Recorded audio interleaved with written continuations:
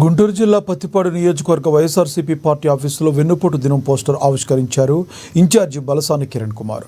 ఈ నెల 24న వెన్నుపోటు దినం నిర్వహిస్తామన్నారు. ఏడాది కాలంలో కూటమి ప్రభుత్వ పాలన వైఫల్యాలను ప్రజల్లోకి తీసుకెళ్లాలని తెలిపారు.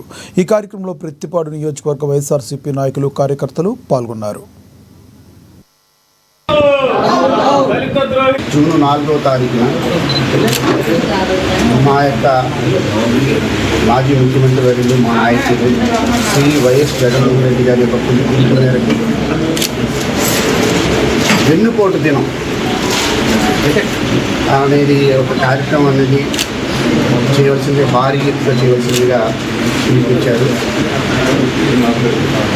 సంవత్సరం పాటు అంటే జూన్ 4వ తారీఖున ఎన్నో మోసాలు చెప్పి, ఎన్నో అబద్ధాలు చెప్పి, మోసపూరిత మాటలు చెప్పి పెద్దనెక్కినటువంటి ఒక కూటమి ప్రభుత్వం తాలూకా చేసినటువంటి ఒక మోసాలని ఈ సంవత్సరం పాటు కూడాను ఏదైతే సూపర్ 6 అన్నారో ఆ సూపర్ 6 తాలూకా హామీలు కూడా ఏదైతే కూడాను ఒక్కటి కూడా హామీ కూడా అన్ని నెరవేర్చుకోకుండా మోసపూరితంగా వచ్చినటువంటి కూటమి ప్రభుత్వాన్ని వాళ్ళ యొక్క ఎత్తుగడల్ని, వాళ్ళ యొక్క తప్పుల్ని ఎత్తి చూపడం కోసం, అలాగే ప్రజల్లో కూడా పేద ప్రజలు ఏదైతే వెల్ఫేర్ స్కీమ్స్ ద్వారా ఏదైతే అందుకు ఇస్తామని చెప్పి అన్నారో ఇప్పటికి కూడా ఒక్కటి కూడా నెరవేర్చలేదు.